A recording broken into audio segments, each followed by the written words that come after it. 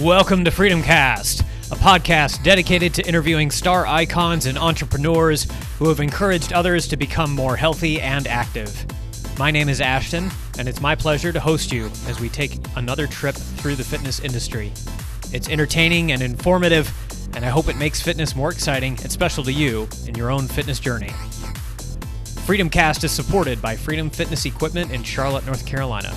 Freedom Fitness Equipment serves the health and fitness community nationwide, from free weights and strength equipment for home gyms and studios to cardio and conditioning equipment for commercial spaces. Check them out at freedomfitnessequipment.com. Let's get rolling with today's show. Just want to welcome Alex Edwards.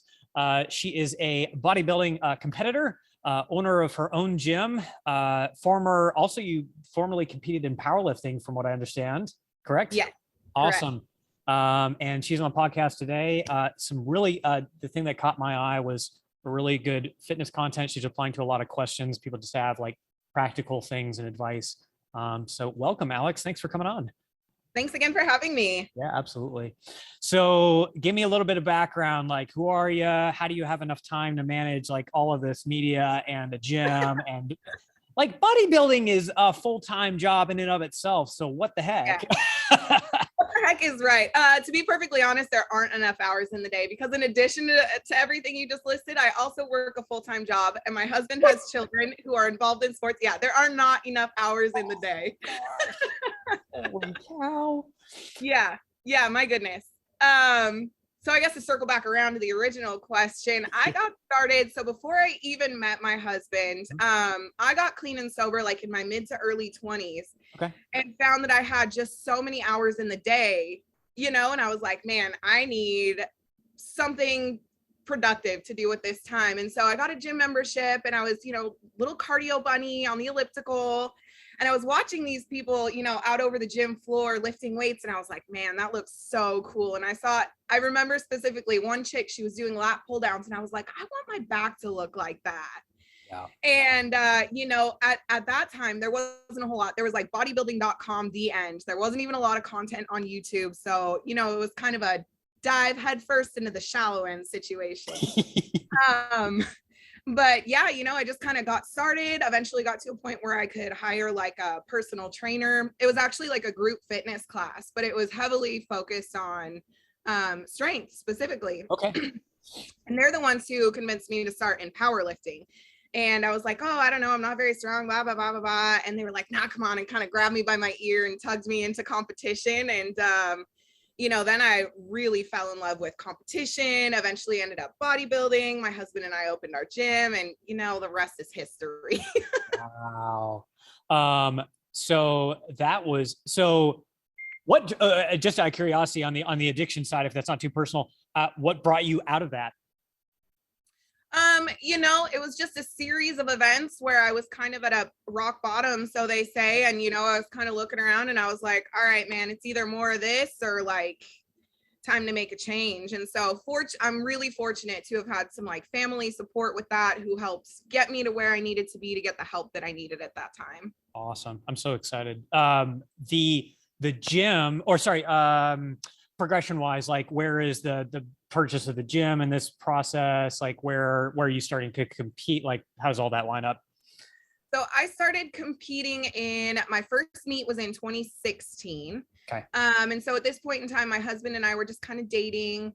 I competed spring of 2018, qualified for USAPL Nationals. Ooh. And it was okay, except for I really wanted to have a Halloween wedding. And so our wedding was scheduled for October 28th and Nationals was October 18th. No. And so it was either like, all right, do I focus on competing in Nationals or focus on getting married? I did choose to get married. But that was kind of the turning point where it was like, okay, so I didn't compete in Nationals, kind of like on the life side of things are going awesome. We own a house, we're married. On the fitness side of things, it was like, all right, I don't really have like any goals or structure or routine going on here. And so my husband was like, well, I've always wanted to compete in bodybuilding. So I was like, say less. And it was like days later, we had hired a coach. We were meal planning in our inbox. Wow. just like that. Wow, that's amazing. And then the ownership of, are you a co-owner, like single owner? Like, how's that? So originally it was a partnership. It was my husband, myself, and a friend. So I don't know how much of this story you want, but All of it, please. all right, you can have it all. So my husband and I, my husband really wanted to start doing like fitness t-shirts. And so we bought all of the like screen printing crap and like all of the shirts, and we were designing stuff, and you know, we were printing these shirts in our garage and selling them in the local, like selling them to our local friends and like shipping a few out from people who had found us on Instagram. And it was like, all right, this is kind of cool. This is fun. And there was a local fella who was managing a gym. And he's like, hey, I really want your shirts in my gym. And we were like, yeah, of course. And so we went down there, and after a couple months of like building a relationship with him and selling some shirts out of there and working out at the facility, he was like, I'm in a position to buy this. But he was pretty young at the time. He's like, I'm in a position to buy this, but I need help. I can't do it myself. Mm-hmm. So we were like, sure. Why not? Because if an opportunity presents itself, walk through the door, right? Yeah. And so, you know, a couple months of like both of us working full-time jobs, managing the gym with him. And finally we were like, we can't do this. My husband left his full-time job, started working at the gym, and you know, we acquired it. Our business partner recently left, and so it's just my husband and I managing the gym now, which is super cool for us. You know, it's my husband's lifelong dream, and yeah, here we are. Oh my goodness. And is the gym oriented any particular way? Bodybuilding, powerlifting, general weightlifting, that kind of thing? We're definitely more focused on the lifting side of things. We of course have cardio equipment. It's a 5,200 square foot gym, so we've got about 800 square feet of cardio equipment, and the rest is dedicated to the weight room. Okay. So we've got weightlifters, we've got power lifters, we've got bodybuilders, and we've got just general fitness folks. My husband runs a couple like transformation style classes for like new people, and you know, so we kind of cover a little bit of everything. Where's it located? What's the name? We're in Selah, Washington, and it's called Fully Charged Fitness. Okay, gotcha. And I'm always curious about gym ownership, because I've interviewed a few folks locally here, and the one thing that they always hammer home, especially the ones that are like doing really well, is cultural fit, getting that real tight. Like, so how, what's changed since you guys have owned it, and what kind of things like are you doing with the gym now that maybe weren't happening before? I think gym culture is super important, and I've talked about that on TikTok quite frequently. And I think the benefit for us is that we have so many competitors, and if you know any competitors, you know how, for the most part, I can't speak in absolutes here, for the most part, super encouraging, super welcoming, like trying to draw more people into competing, and just really like helping to build that fire and that love, not just for showing up to the gym because I got to take care of my meat suit, but also like, let's make this a hobby. Let's enjoy this in the process. Yeah. So I think our members have been critical in that for sure. But also I think, you know, we kind of have a little bit of a reputation of being kind of intimidating, because my husband and I are, you know, big juicy bodybuilders. But you know, whenever people come in and talk to us, without fail, oh my gosh, I was so intimidated, but you guys are so kind, so welcoming. I'm so excited to be here. So I think that just staying down to earth and being welcoming and encouraging, like, that's the secret sauce. Yeah, absolutely. Bodybuilding's no joke, so I want to dive into that a little bit. You're gunning for the competitions, but I may have missed it. Are you gunning for IFBB Pro? Do you already have IFBB Pro cert, or what's the situation with that? I am not a pro yet. Okay. So I've done 3 shows, and I've gotten first place in all of them and 1 overall. Oh, wow. Awesome. So, yeah. So I'd say things are going really well. And so the next step is to compete at a national level and kind of see how I stack up there. Good stuff. Is that, so do you want to keep doing that long-term, or just kind of get pro card and then move on? Or is it, you know, like what's the long-term game plan? Well, I mean, short term would be get to nationals, see how I do there. I think, if I'm thinking long term, like, isn't that the dream to make it to the IFBB and compete with the big dogs? Yep. Yep. Absolutely. Absolutely. What's something about, or why bodybuilding? Because to me, as opposed to powerlifting, like what have you found so attractive about that over and above the powerlifting scene, which is all about strength? Like this is very much the aesthetics, and it's difficult. I mean, like it's that stuff sucks sometimes. Yeah, it sure does. It sure does. I loved powerlifting because a lot of it is mental. A lot of it is how far can I push myself? How can I change this? A lot of troubleshooting. But when you step into bodybuilding, it's all encompassing. And what I found over the last several years is that it's not just about the work I'm putting in at the gym or the food I'm putting in my mouth. It's also about the mental fortitude. There's a lot of personal growth that comes from it, aside from just, an hour and a half, 2 hours in the gym. Mm-hmm. Yep. So I think that's part of what's super attractive to me. And the other part is, our lives were already built around the gym and everything. So it just felt like a natural consequence of what we were already doing. Yep. That's fair. I think in a couple of your videos, you've mentioned having difficulty, especially post-show, with binge eating. Oh, yeah. Yeah, I've talked to a number of people who have a lot of content around that. What are why do you think that happened, and what are some things that you did to kind of combat that? Because I'm always curious about people have different techniques to like stop and avoid, but it all depends. Well, I think it's important to remember, specifically for competitors or anybody coming off of a really hard diet, that is a natural consequence of being in a really heavy deficit and being super controlled. Discipline is like any other muscle, and it requires rest in order to grow. And so if you've been disciplined for 4, 6, 8 months, depending upon how long your prep has been, it's going to take some time to rest. And so it can get super hard to control, especially when you don't have that dangling carrot of, I've got this show, I can't screw that up, because then it's just kind of like this open-ended don't cheat on your diet. Yeah. And I think for some of us, especially women who have any kind of history with over restriction and therefore binging and just kind of a general like diet culture, whatever, I think that I think that effect is a little bit enhanced even. And so that's why I talk a lot about having a healthy relationship with food, not thinking of food in terms of black and white, good and bad. Because kind of when you take that mental strain off, then that if you do make an oops on your diet or whatever, then it's just, all right, I did that. I don't need to overcorrect and set myself up for another binge. I just need to move forward. Yep. Somewhat unrelated, I noticed you have tattoos.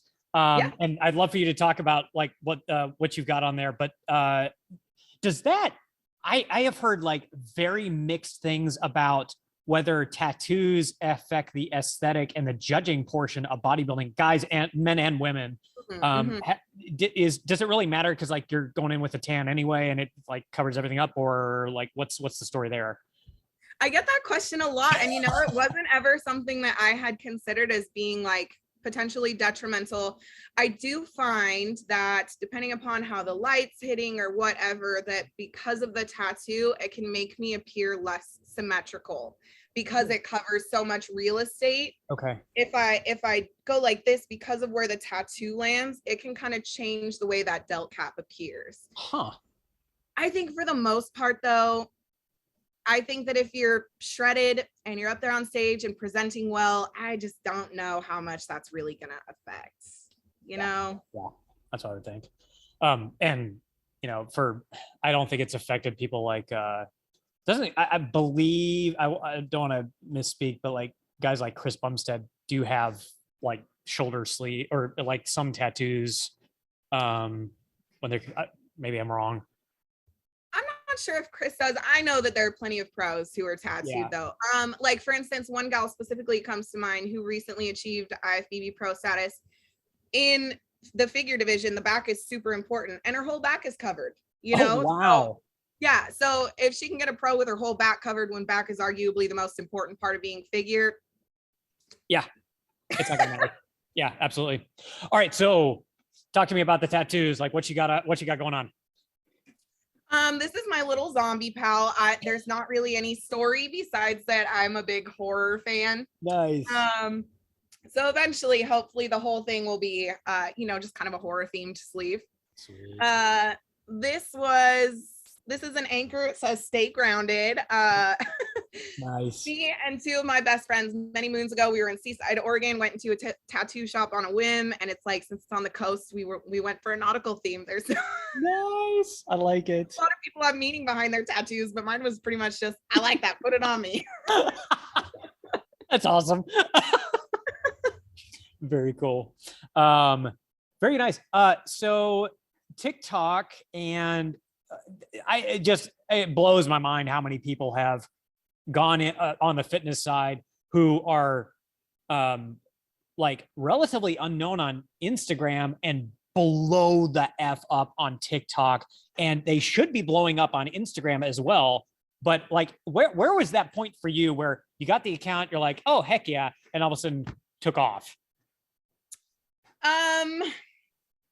I think for me, well, to speak to the Instagram thing, I just think that Instagram's so saturated, especially really with fitness content. Yeah. So I think it's hard to get noticed in that realm unless you're like actively out in the community or collaborating with other like bodybuilders or fitness personalities. You know, I think it's super hard to do. But TikTok's just an algorithm feeding you stuff all the time. For me, I think the turning point, I had kind of played around with it. I did the whole like, oh, I'll download this for entertainment spring of 2020, you know. I think half the US probably downloaded it spring of 2020. But it wasn't until spring of 2021 that I really started posting with any regularity. And I was posting about being in prep because I was getting close to my shows. Okay. And at my first show, I looked back and I regretted not documenting more. And so it was really more for myself and less about like sharing with other people. It was more just, man, I wish I would have taken more pictures, more videos. But then people started getting curious about it. And so then I got to kind of like, spin off on their questions and kind of share a little bit more about what I was doing. And it just kind of became this like super fun way to connect with other people when my world was otherwise super small, between gym closures and, lockdowns and blah, blah, blah. Yeah. It was nice to have the interaction.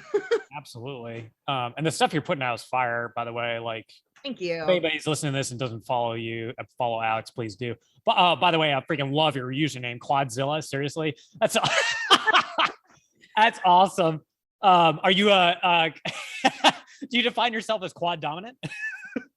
Yeah, I suppose you could say that. I'm working on balancing it out, but that's amazing. Have you noticed that? I know for us, traffic is pretty critical on social sites as far as bringing business in. But have you noticed the same thing with? Has anybody seen it coming to the gym? Been like, yeah, I want to be a member just because of the content you're putting out. Less new members, but I do find, as I'm kind of like working on what kind of content I want to put out, we do get people who come in and say, hey, I saw Alex doing this. Hey, I saw you doing this. Can you help me set it up? Hey, like, why are you doing this? And how can I make that happen for me? So it has had a positive effect, like in the general community around here. Sure. I'm just looking through you're 62,000 followers on. Yeah, that's no joke on TikTok. Good Lord.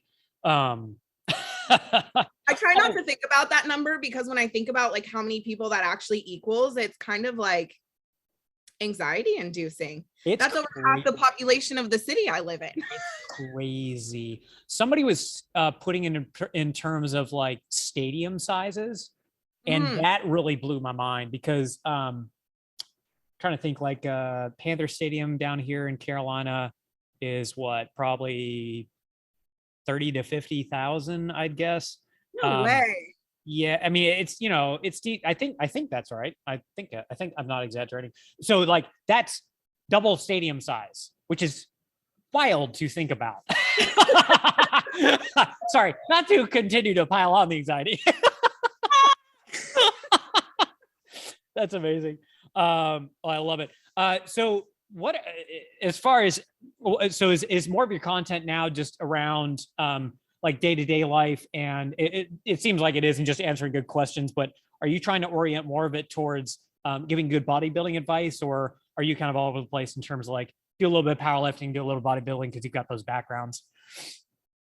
You know, when I look at other fitness content that's out there, and when I look at like, you know, our gym members, the hole that I see in the information that's available, I feel like a lot of us spend so much time talking about how to optimize your diet, how to optimize your training routine, what is the best way to do a bicep curl. And it's like, when I'm looking at this big picture, I think the biggest need is just encouraging people to get moving, encouraging people to get a base level of knowledge about nutrition. Like that's the whole I see.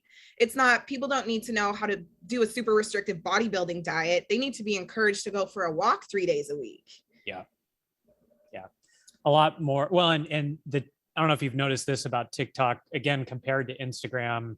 I was just talking about this with somebody, that the audience is much more, I'll say immature, but like in a good way, like not, I mean, there's definitely the commenters that are immature in that literal sense, but you know, like folks that are new in their fitness journey, whereas you'd find maybe on Instagram, there's a little more maturity of the content and the audience that you're going to. So like, I think the stuff you're putting out is probably a lot more applicable to like Gen Pop, I guess. Is that right? Yeah, I think so. You know, again, talking about Instagram, everything's very stylized. It's already like pretty established. Whereas on TikTok, you know, I think there's a different audience draw also, but I think that people tend to be a little bit more interactive on TikTok than they are on Instagram. Yeah, for sure. Well, and the comment the comment reply feature is gold. Absolutely. It is. It really is. Absolutely. I've seen a couple of your, actually, speaking of immature comments, I've seen a couple of the responses that you had, which are absolute dynamite. What's the worst thing you've gotten from somebody so far that's just been like dumping on something you've said?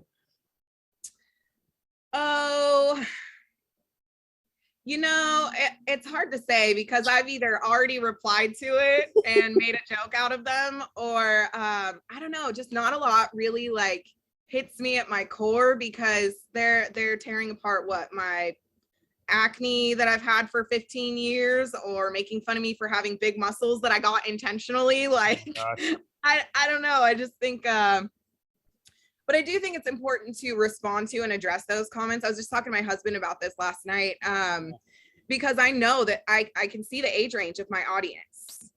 I can see these young women, and I think it's important that they have a role model and they say, oh, she doesn't take shit from them. I don't need to either. Yep. I think that's really important. Yeah, absolutely. Well, and it really does. I know for me personally, like some of those comments suck. I mean, they really, I'll think about them for 24 hours. And it's, I don't know if you found this, like sometimes it is better to hit the respond button, because at least you got what you're feeling out there. And, you know, now the person knows that they got called out and hopefully won't do it again. Yeah. You know, and I found by and large that when I do respond to those shitty comments, like, not just my followers, but even people who don't follow me are like 10 out of 10, like, hey, why are you being such a dickhead? You know? Yeah, absolutely. Yeah, it's anyway, I'm sure that, like I said, I'm sure that'll change the platform matures, but I'm glad you're sticking to your guns on that kind of stuff. Oh, so I don't normally discuss this unless I've got a sense of kind of where you stand. I will move on to the next topic if you want me to. It's about drugs and bodybuilding and PEDs. Do you want me to touch on that, or okay, cool. Yeah. Awesome. So where do you stand with that? I know to get to pro level anyway, or even at the amateur level, like it's a necessity. But what's your stance on that, and kind of what's the content you've been putting out around that? So I've been pretty open. I found, because I got a couple videos taken down, that I need to be pretty like, I kind of need to code when I address it. Yeah. Because I do get the, oh, you're on PEDs. And it's like, Whatever. not yet, but if you paid attention to my content, you'd know that, like, before I compete nationally, whatever. Yeah. So I think it's never my intention to encourage people to jump to that. I think that you should have a solid basis of training. I'm talking nearing a decade. I think that you should have a firm grasp on nutrition, sleep, recovery outside of just sleep. I think that all of those things need to be addressed and managed on a semi-long-term basis, again, before turning to that. And I also think that it should be done under the direction of a coach or somebody who's experienced. I think that health metrics need to be managed. I'm definitely not anti-ped. I did, when I was in powerlifting, I competed in USAPL specifically because I wanted to compete in a tested federation. Yeah. Yep. And USPA was like just kind of starting to roll it out at that time. They're like tested stuff. But I'm not in any way against it. I am against people who hide it or deny it. I think that's lame, which is part of the reason why I take full ownership for my intention, where I'm headed. Because first and foremost, before I'm a content creator, I'm a bodybuilder. I'm an athlete. Yep. And I think sometimes people lose sight of that on TikTok a little bit. Sure. Well, and they also don't understand, I think too, and you can speak better to this than I can, that the amount of dedication and it's more that, I mean, like brutalization required to get to that level anyway. Most people, it's what am I trying to say here? If you think that you can get to the physique that you have naturally, and it's like, oh, well, you're just taking drugs to, and then automatically you blow up. It's not how that freaking works. No, it's not. Because if it was how it works, we'd probably have a lot more IFBB pros roaming the streets, right, you know? Right. It's not as simple as taking, God forbid, SARMs and, just like, and going and being the best. I am actually curious on compounds, if you're able to talk about any of that, but have you experimented with different types of stuff as it's come out, or have you kind of stuck to one particular regimen pretty much the entire time for bodybuilding? So when it's time for me to introduce some of these compounds, my coach and I have discussed what he thinks I should use. And he's touched base with a couple other female pros, to again get some more information. Okay. So I did my own research. I know what I'm comfortable with as a woman, because obviously I've got a few more things to be concerned about than maybe a man. And so I feel pretty comfortable and confident with the information that we have. Okay, gotcha. Again, I just don't want to delve too deep, because again, I don't want us to come across like I'm encouraging this. No, it's totally fine. For people, and then, so this actually directly applies to what you just said, for people who are considering bodybuilding and have gotten to that, whatever their genetic potential is for natural, any words of advice for going the not drug-free route and being wise about that decision process? Yeah, I think, oh man, there's so many different things. I think number one, again, like, I would hate for PEDs to scare somebody away from bodybuilding. At the amateur level, you just don't need it, really. Okay. I think people have this wrong idea about what you're seeing at the amateur level. But aside from that, if you think you're nearing genetic potential, I would say you've probably worked with a couple of coaches by then who have worked with you, modified with you, like you've managed all these variables again long term. Wait, what was the original question again? Sorry. What would you, no, you're good. Some basic advice for somebody who's interested in getting in bodybuilding, but also has trained to the point where they are actually ready, like they've reached their genetic, whatever they think their natural genetic potential has, been training for 10 years, that kind of thing. Yeah, again, I think just ticking the boxes, managing health, and I think consulting with those around you. If you don't have sponsorship and support from the people that you see most frequently, like for instance, if my husband was like, no, absolutely not, this is a PED-free home, like it would be ridiculous for me to to continue, you know. And again, being willing to manage those health markers and knowing when to pull back. I think that if you don't know when to pull back on anything, if you don't know when it's time to quit a prep, or you know, the side effects are getting out of control, if that's not something that you can manage, if you're not a coachable sort of person, then forget it. Yep. Just one more question on the on just bodybuilding generally and the judging side. I'm always really curious about figure types. I know there's different categories for women as there are for men, but the size on the men's side, I know, is getting, I think classic physique has gotten progressively bigger every year, which at a certain point you would think it can't possibly, but it does. Even with a weight cap. Yeah, I know, seriously. So like, is there any, on the women's side, are there similar issues where figures are getting larger as well, or getting different in a way that's just not tenable long term? Yeah, I definitely think so. I think that bodybuilding, especially over the last 3-4 years, has really reached again, we're talking high level, pro level, not level, right, has reached a much more extreme level. And when I think of women, if we look at like one of the first figure Olympians, talking like 2011, 2012, okay, that physique would not win a first place at the amateur level even. Oh my God. Like, yeah. And so again, at the amateur level, we're talking mostly natural physiques, very, very normal, but like, I don't know. So the level of conditioning, and as well as the size and muscle density and maturity, has definitely changed, even in the women's categories, for right, sure. Even the bikini women, you know, the division was originally started, it should just be like you look like you're walking on the beach, and now like these women have muscle, dude. Like, yeah, at the high level, they've got an impressive amount of muscle. Gotcha. So yeah, it's definitely shifted. Okay, so the size is going up on the women's side as well. That's cool. Yeah, just the overall like intensity and density and muscle maturity has definitely gone up. Interesting. What's interesting for women though is that there's no weight cap on any of our categories like there are for men. Really? What? Mm-hmm. Oh, I had no idea. Yeah. So, holy cow. So that means your potential size.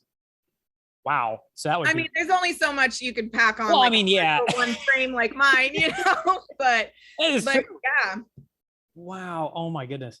There may be in like women's bodybuilding, and I'm not sure about women's physique, but as far as I'm aware, for figure fitness bikini, there's no cap. Good Lord. Okay. Jeez. Okay, that might be interesting in about 5 or 10 years too. Yeah, no kidding. Dang.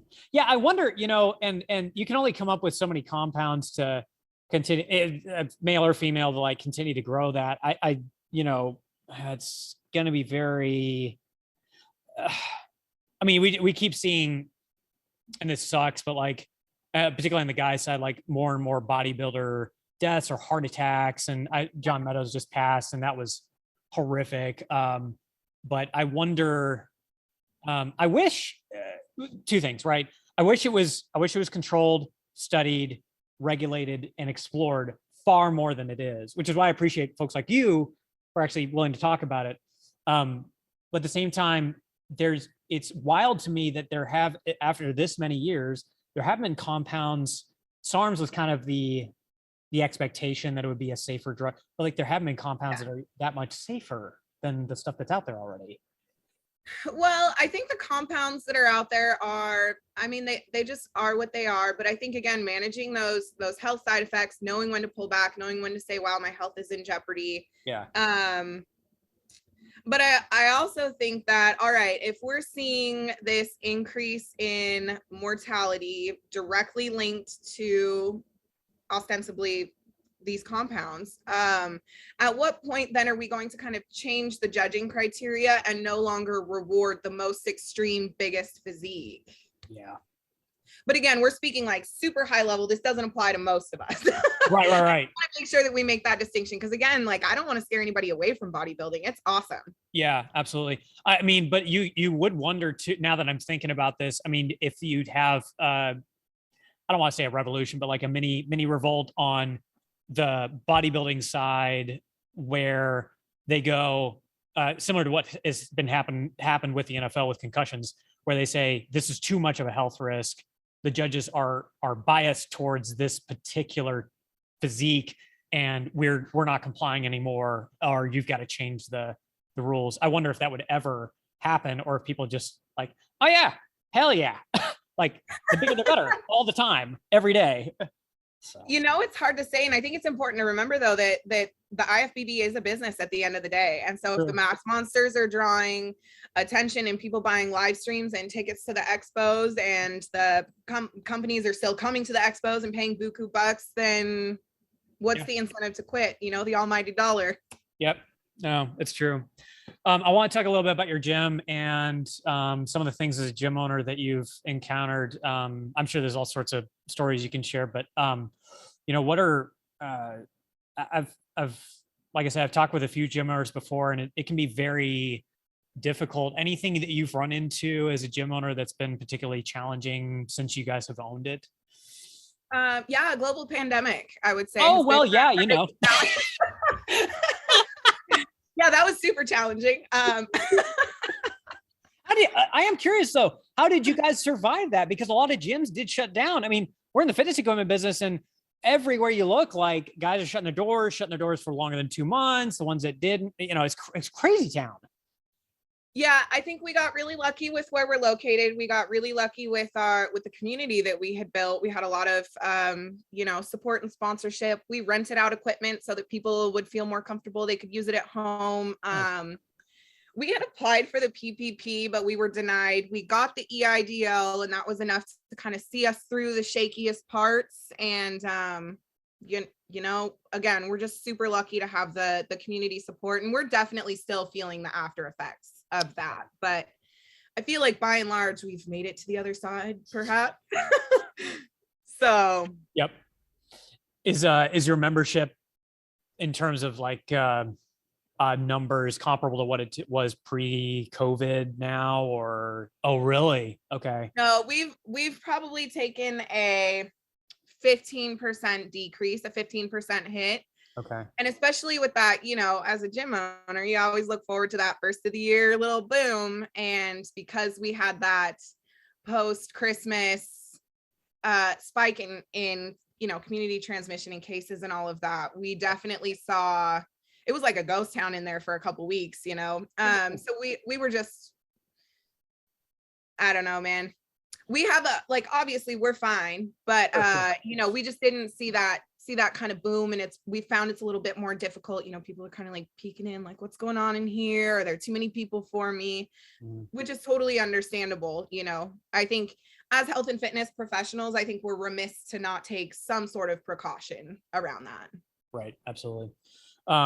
Is there any, I had one guy talk to me about, especially like in the early days of owning a gym, like cleaning the toilets and having to deal with all the day-to-day stuff.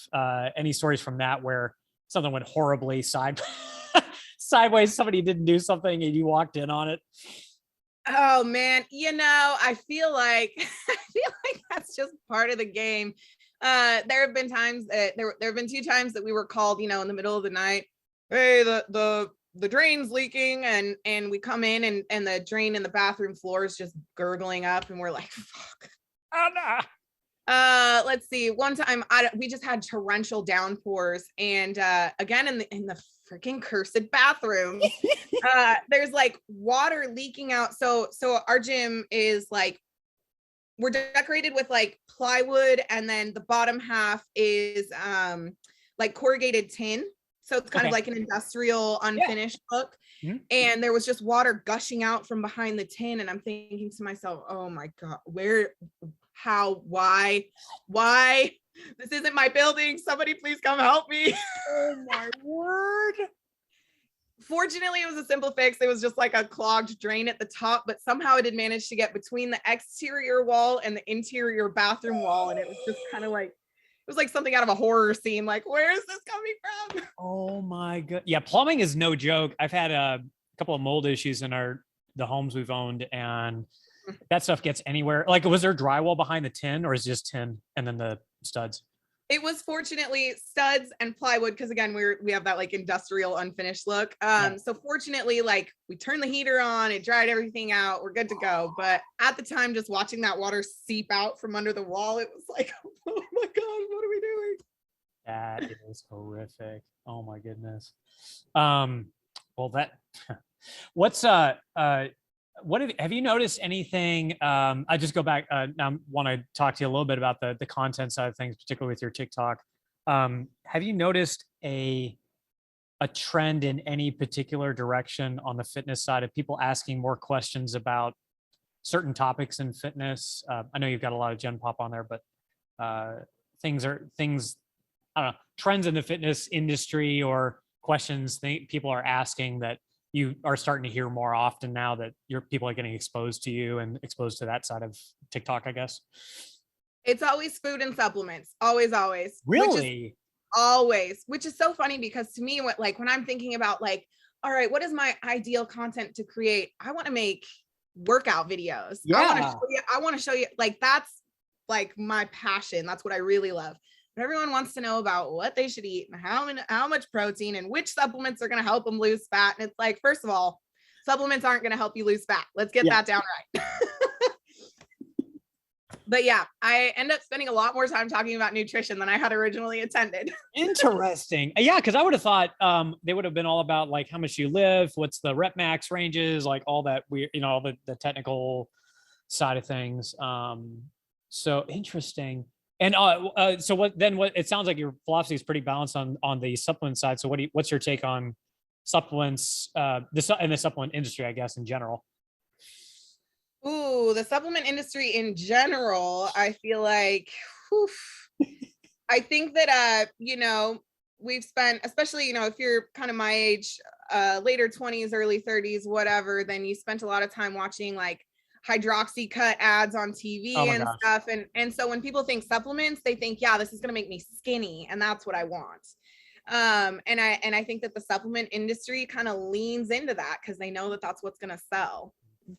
I don't think supplements are bad. Obviously I'm, an Evogen affiliate now, which is awesome, and take supplements. But what I try to impress upon people the most is that sleep training, nutrition, and then you supplement with the supplements. Yep, absolutely. So, and then do you have, are you guys providing Evogen in the gym, or do you have your own line now? Maybe I thought you guys had your own line at some point. Maybe I missed that.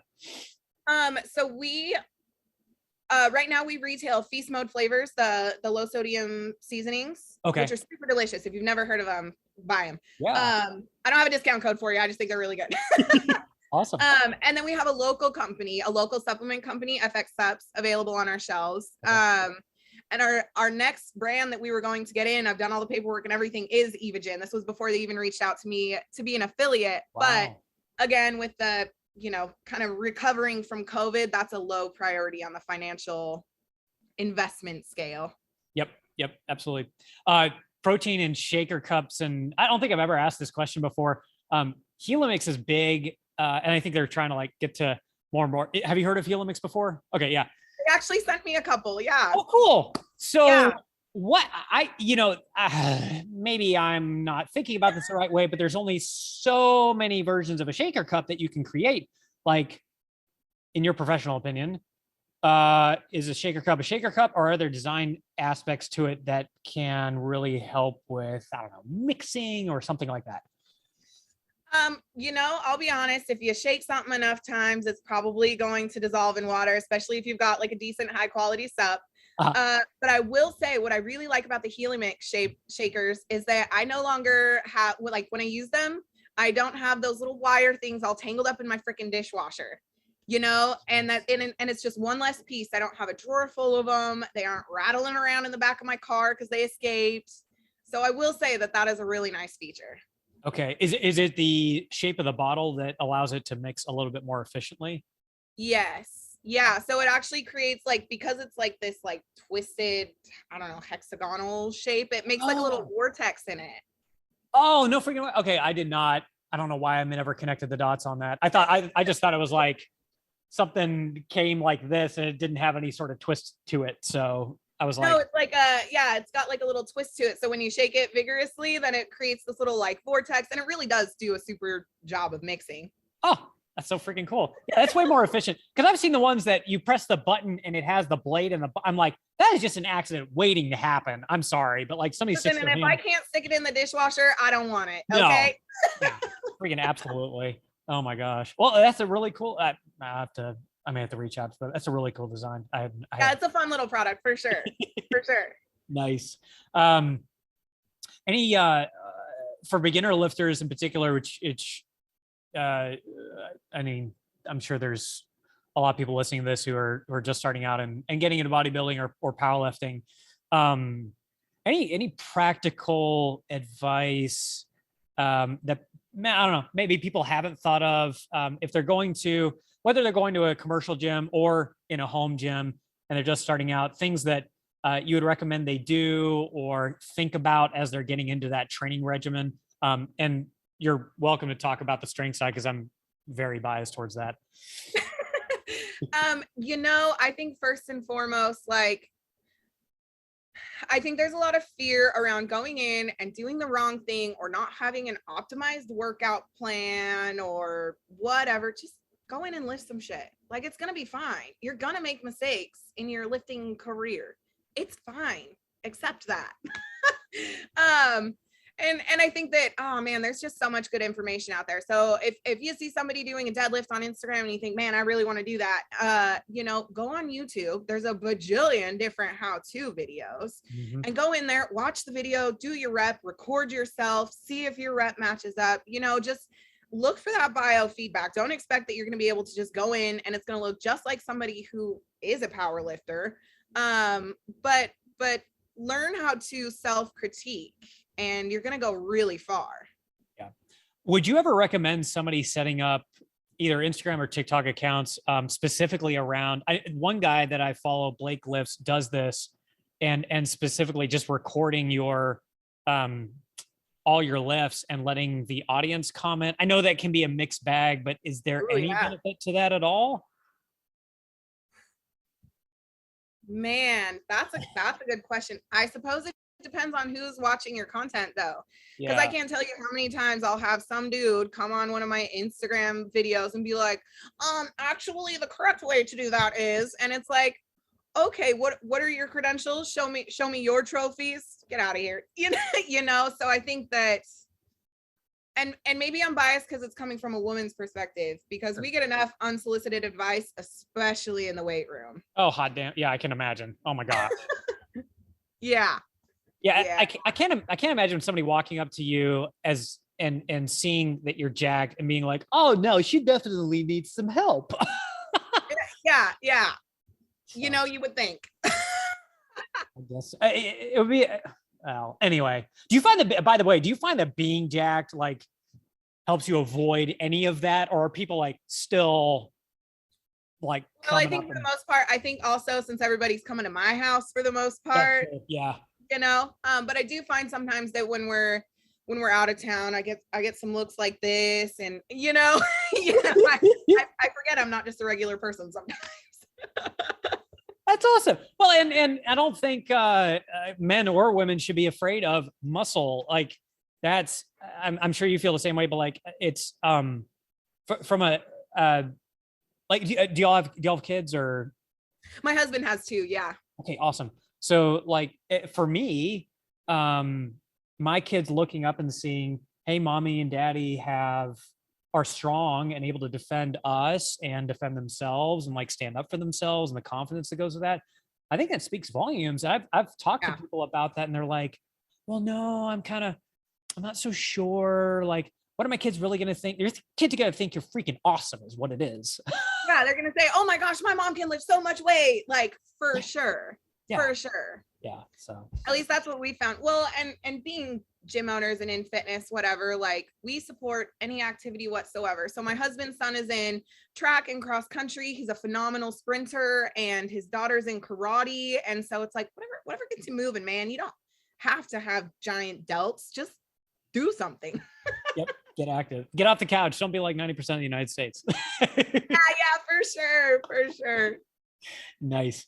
All right. So Alex, where can people find you if they want to look at more of your content? And by the way, are people okay to message you asking just general lifting advice, or would you recommend they hop in the comments and do that there?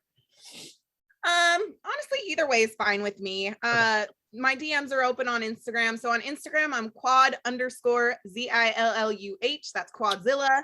And then on TikTok, I'm just another fit chick. Awesome. Fantastic. And then the gym, one more time, just so people locally can find you guys. Fully Charged Fitness in Selah, Washington. Fantastic. Well, thank you, Alex, for coming on. I really appreciate that. And I'll be sure. So anybody who's local, check out the gym. And then if you're not, make sure to check out the content. Thank you, Alex, for coming on. I really appreciate your time. Thanks so much for having me. Thank you for listening. Please give Freedom Cast a 5-star review on Apple Podcasts or wherever you listen to podcasts. It would mean a lot to our business. Plus, it's fun to read y'all's reviews. See you next time.